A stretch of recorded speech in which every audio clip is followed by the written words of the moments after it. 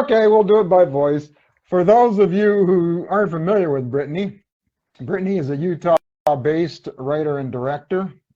She has written several movies that have premiered on Great American Family. She wrote and directed last year's Destined at Christmas, Woohoo. and she wrote this year's Destined 2, Christmas Once More, which just premiered this past Saturday. So, Brittany, I gotta say, I wish I could see you, but I gotta say, you did it again. You got social media buzzing because everyone loves this movie. I'm so glad. Honestly, that's always the thing that makes me anxious all weekend as I wait for feedback and whatnot. So thank you everybody for watching. Now, tell me, how did this sequel come about? After the Christmas season, Great American Family reached out and said, "Hey, what do you think if we did a sequel?" And I had never actually thought about doing a sequel. Like, I just don't assume that a sequel is going to happen or anything. So I was delighted, of course, and we went back and forth in terms of what that might look like story wise, and got to work. Oh, so what month did they tell you they wanted a sequel?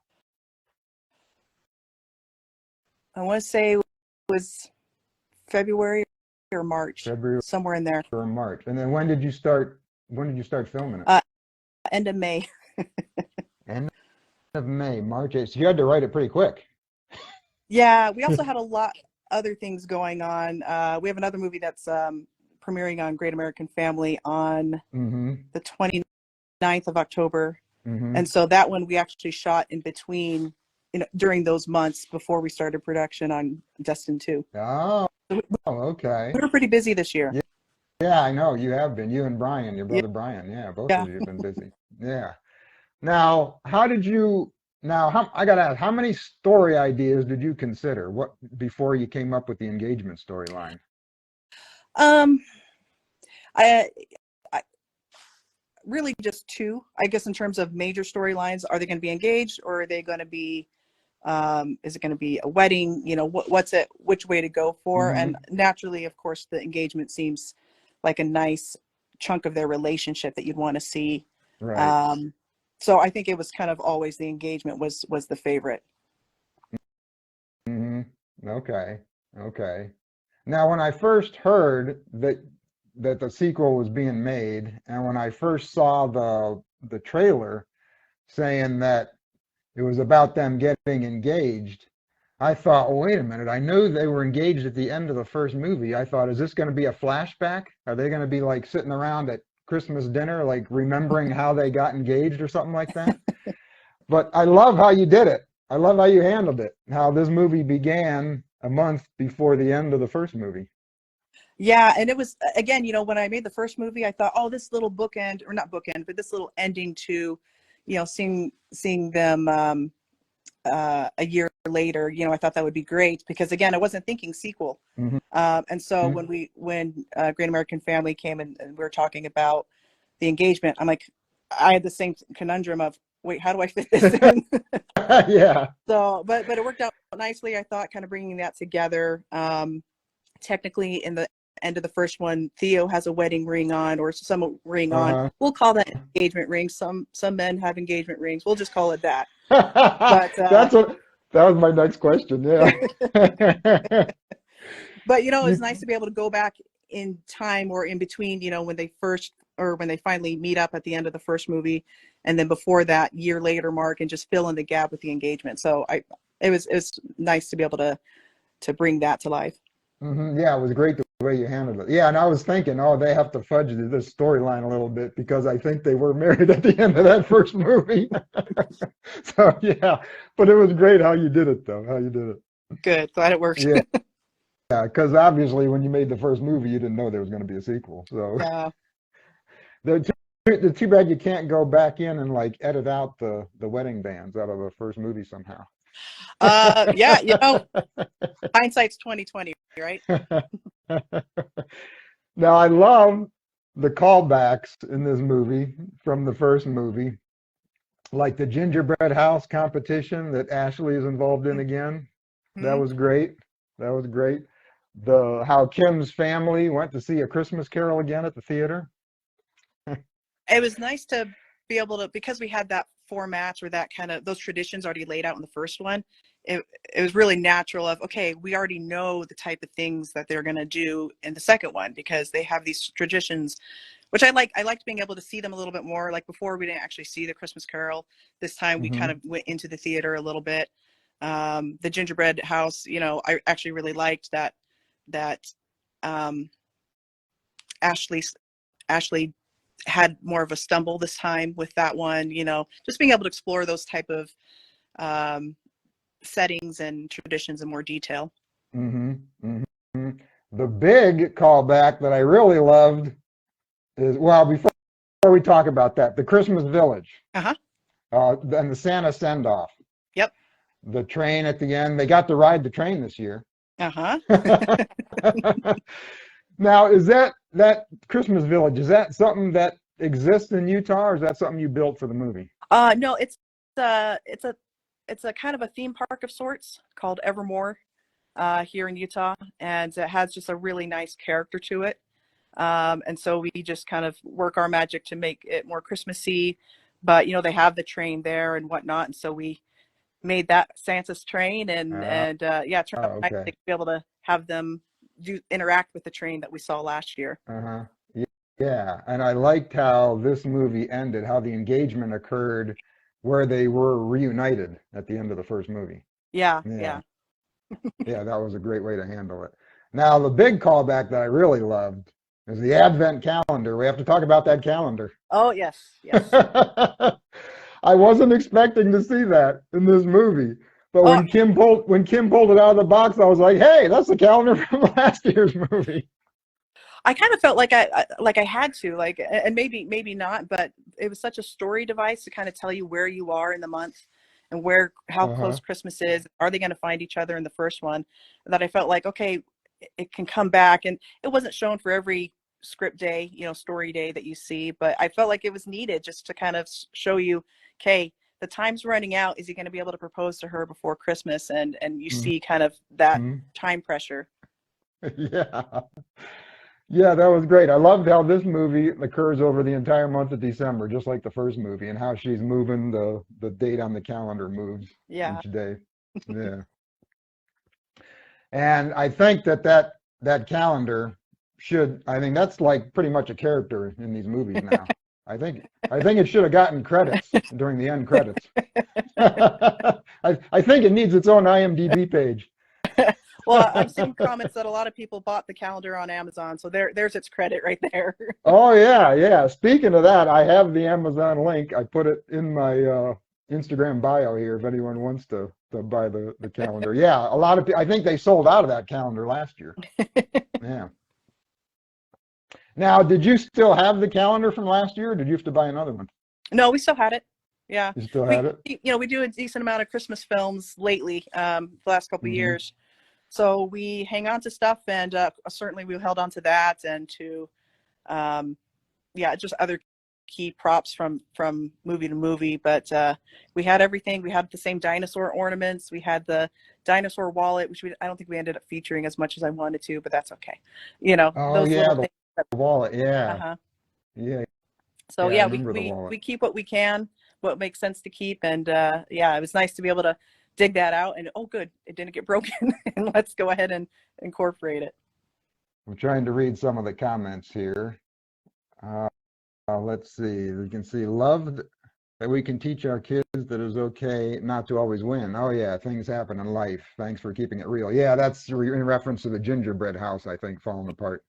Yeah, I agree, because sometimes it's hard for kids to face disappointment, and especially in the TV world, in the movie world, it's very easy just to say, oh, happily ever after, but there are things that come up, and I liked also being able to show Theo and Kim kind of supporting and comforting her in that too, and also Ashley's own maturity to come to light, because I think kids are more mature than we give them credit for sometimes, so it's nice to have that moment. Now someone here in the comments says, well, I was going to talk about this later. It says, did you consider outing Mia to Theo for losing the ring? we did, and actually we in both the script stage, um, in the script stage, it was almost like, is that kind of almost seem like we're blaming her, and it Uh-huh. just could easily Right, take the wrong tone, right, right. and go from funny to being almost blaming, attacking. So we didn't want it. So it was kind of like, no, we won't do that. Although I like in the Uh-huh. ending, she's kind of there's a quick little line where Ashley's like, "Oh, we lost the ring," and Mia's like, "We did?" Or Yeah, I know. "We Mia didn't did?" She's even like, know it. totally oblivious. Yeah. Uh-huh.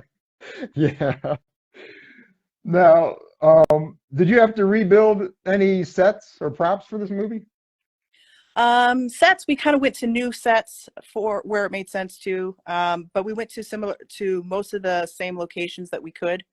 Um, One location was no longer available or anything, so that's okay. We went to I think it was the parents' house. Kim's parents' house was no longer available, so I thought, well, Vicky's going to host Thanksgiving this year, and we're going to spend some time at Vicky's house Oh, okay. instead. Everything else was pretty much available, so and that was great to work with those locations and those people again. Uh-huh. And it's nice again in a Uh-huh. sequel to be able to see those familiar places. Yeah, yeah, yeah. Now, there's two characters I was expecting to see in this movie. That was in the first movie, Clarissa's sister Sharon had a crush on Theo, and Zach was Kim's ex who wanted to get back together with her. So I was thinking we might see Sharon and Zach in this movie, and I thought that maybe they might be together. I thought about bringing him back, and it kind of in the end was more of, do we have enough time to give them storylines and everything like that? That being said, maybe if there's a part three, we can, have them show up, or we'll see. I'd love to work with those actors again. They're fantastic. But yeah, in this one, I'm just like, I don't really have the time to go that way. Yeah, but we did meet a new character. We met Theo's mom in this one. Yes, yeah, yeah. Yeah, that, In the first one, we just didn't even really address much other than, they talked about, Theo talked about his mom here and there, but we never got to meet her. So it's nice to bring her on camera and have kind of that very bubbly type of persona there, and eager for a new daughter-in-law type of mom. mm-hmm, mm-hmm. And I liked how you wrote her that she was leaving on the 21st because in the first movie she wasn't there on Christmas morning. I had to kind of pay attention to those little details as much as I could. Yeah, yeah, that was good.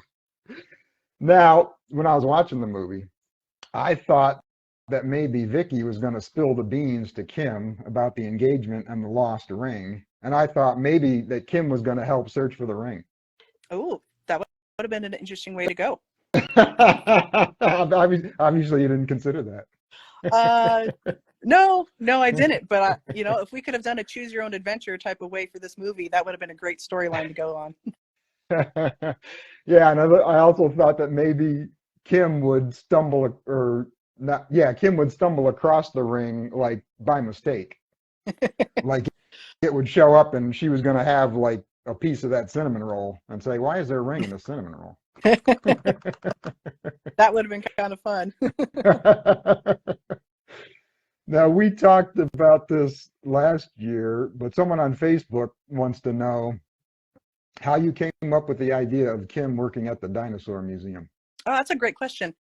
Um, uh, there's always kind of some typical or stereotypical maybe professions for characters in this genre, and I wanted something different. And I thought of dinosaurs, and honestly, I'm in the generation of Jurassic World, Jurassic Park, especially Jurassic Park, and how much. So obviously that influenced my imagination a bit and whatnot. So that's always in the back of my mind a little bit. And then I started looking around here in Utah. Okay, what are some dinosaur museums, exhibits, type of things that we might have access to? Mm-hmm. I found this great one in a city about an hour north of me, and they were delightful to work with, the Ogden Dinosaur Park, and they actually had that lab there where they do paleontology. I'm going to Yeah, that's not a be able to hard pronounce it. hard word to Work in say. paleontology. They work in paleontology right there in the lab. Hmm. And so I was like, yeah, that's something different. I like that she's doing something. She has this career. It's definitely not the usual. So Hmm. that's kind of where it is. Hmm. Yeah, and they let you come in and or film again this year in Yeah, yeah, it was the great to be museum. back Yeah, there. yeah, that was good. Good. Now, if I forgot to say, if anyone has any questions or comments for Brittany, put them in the comment section or the question box. If oh, let's talk about actors. Okay. Shay, Casey, and Eve. I got to give. I mean, you get a lot of credit for writing and directing the movie, but I got to give them credit because they really bring the characters of Kim, Theo, and Ashley alive. Absolutely. I'm right there with you. Yeah, yeah. People on social media love Eve playing Ashley. Hmm. They think she's so adorable. She's wonderful. Just I was thrilled at the chemistry, just the natural father-daughter relationship. But on top of that, she always knows her lines. She's always just on top of it and just very just fun to work with. And Mm-hmm. and that dynamic between the father and daughter is something I love seeing too. And they Oh just, yeah. Casey's always fantastic to work with, and always is great about bringing characters to life. But with Eve too, it was really just a fun interaction. Mm-hmm. And her smile lights up the screen. It does. I Yeah, love her yeah. hair too. She just has Yeah. so much personality and charm. Oh, someone's saying if there's a Destined 3, we need Casey to sing. We've joked around about that. Yeah, we've joked around about that. So we'll see what we can do and what makes sense. Oh, really? Now wait, Stacy Ann Turner just joined. Yay! Didn't she play Sharon in the first movie, right? Yep, that's Sharon. Hey, That's Stacy. Sharon. Hi, Stacy. Speaking of other actors, Mia. Now the girl who plays Mia, is that your niece? It is my niece. Yep. So that's Brian's daughter? Yeah. Yeah. Oh, I thought so. I thought so. I thought so. Now we talked about losing the ring in the dough. When was it tricky filming that scene when she lost the ring in the Yeah. dough? Yeah, it's tricky just because you have to get all the right coverage and a lot of coverage. And then of course when you edit it together, like editing that sequence together, it's okay, what's gonna work? What's gonna be convincing enough to make the audience believe that she absentmindedly lost it and didn't even realize she didn't have the ring, that she still had the ring on, and lost it in the dough. And yeah, I think every mom out there can kind of or anybody who has interaction with kids, they can kind of see that yes, sometimes kids just forget like what they were in the middle of, and that's why we find random things in random places, Legos and shoes and whatnot, so Yeah. hopefully that works for people. Uh, oh, Stacy's saying hello to you in the comments. Can you see the Yes, I comments? Oh, okay. can. Okay. Oh, what was Hunter and Clarissa's baby in the first movie. Was that Shay Robbins' daughter? Yeah, in the first movie, at that year later scene, that was Mm-hmm. Shay's daughter. Obviously Shay's daughter has grown up a bit, Mm-hmm. so we found and cast this, oh my goodness, the cutest baby ever. um, okay, just as cute as Shay's baby, let me just be clear, but very cute little girl to be the baby Victoria or baby Tori in this movie. Mm-hmm. Mm-hmm. Now there's a question there. How many films would you like to make each year? I know you and Brian make a ton of movies every year. Yeah, Yeah. I think in some ways we'd like to make more, but at the same time, our sanity is going to start to suffer. So, we're doing between 6 and 8 a year right now, and that Mm-hmm. keeps us plenty busy. Mm-hmm. Mm-hmm. Good question. Now, everyone's asking on social media for a third one. Would you be up to doing a third one? Absolutely. Would you? Yeah. What do you think the story would be for a third one? I think it has to be the wedding. A wedding? Yeah. Yeah. Yeah. It's the Like natural progression. So uh the next big moment in their lives. So yeah. Yeah. like a wedding a year later on Christmas? Yeah, because he has to be around Christmas, right? We Has want to to see be, that that's seasonal right. thing. That's what gives these films a little bit more magic, if you will. I don't know, just that incorporation with the season, Hmm. the holidays. It really just, I think, brings it to life. It makes it a little bit more magical. Hmm. Yeah, and you can use the calendar again and have her count down to the wedding. That's right. That's right. Hey, Santa joined. Say, Great. Santa. Now, you mentioned some other movies that you and your production company worked on this year. You mentioned the one on the 29th, Journey to Christmas, also known as A Model Christmas. Yep. Talk a little bit about that one. What's that one about? It's about a kind of a up and comer model influencer who is kind of doing her little charity tour as she heads to an event. And so she hires a driver to kind of take her from place to place. And of course, and they hit a winter storm and kind of detour to his family's house. And she kind of learns, not learns, but kind of sees this genuine, loving family and something that she's been missing in her own life. And they fall in love. And it's just a wonderful Christmas story. Okay. All right. Looking forward to that. And then isn't there another one on November 18th called Santa Maybe? Stars Aubrey Reynolds. Are you part of that Yep, one yep, too? yep. So that one is kind of the backdrop of a theater company, and she has to work with this newly hired marketing guy who was kind of a high school prankster of sorts, and kind of always teased her, and just trying to overcome that history as Hmm. they work together and start to see new sides of each other. Okay. You wrote and produced both of those movies, right? Is that right? Yes, on Journey to Christmas, there's another writer, Missy Cohen Fife, and so great, kudos to her. Okay. Okay. Well, this has been fun catching up with you again. I wish the Instagram's video would have worked so I could have seen you. Oh, But the movie was great. Everybody loved it. fantastic. And maybe we'll get a third one. Who knows? I, I'd say if everyone's interested, whoever's interested in that, just let Great American Family know, because All they right. listen to feedback. They Mm-hmm. want to know what stories resonate, Mm-hmm. and we'll see what we can do. Yeah, you can go, you can go on Great American Family's website on the movie review section at the top. The form pops up. You can let people know what you thought of this movie and tell them that you want another one. Yeah, thank you everyone for watching both the movie Yeah, and joining today. yeah. Now, you told me yesterday you're headed out of town for another project, right? Yeah, I've got another film we're doing overseas. Ah, So that's ah. it's going to be Yes. I was going to ask you, is this another exotic location? yes, Bali. Bali. Oh, yeah, I know you and Brian have filmed in some nice places. Yep, yep. This one is just nice but far. So Nice but far. Well, we look forward to seeing that whenever that one comes out. awesome. Yep. So thanks again for being here and safe travels. Thank you so much. Have a All good Christmas, right. everybody. Okay, bye. And thank you everyone for being here and in the chat.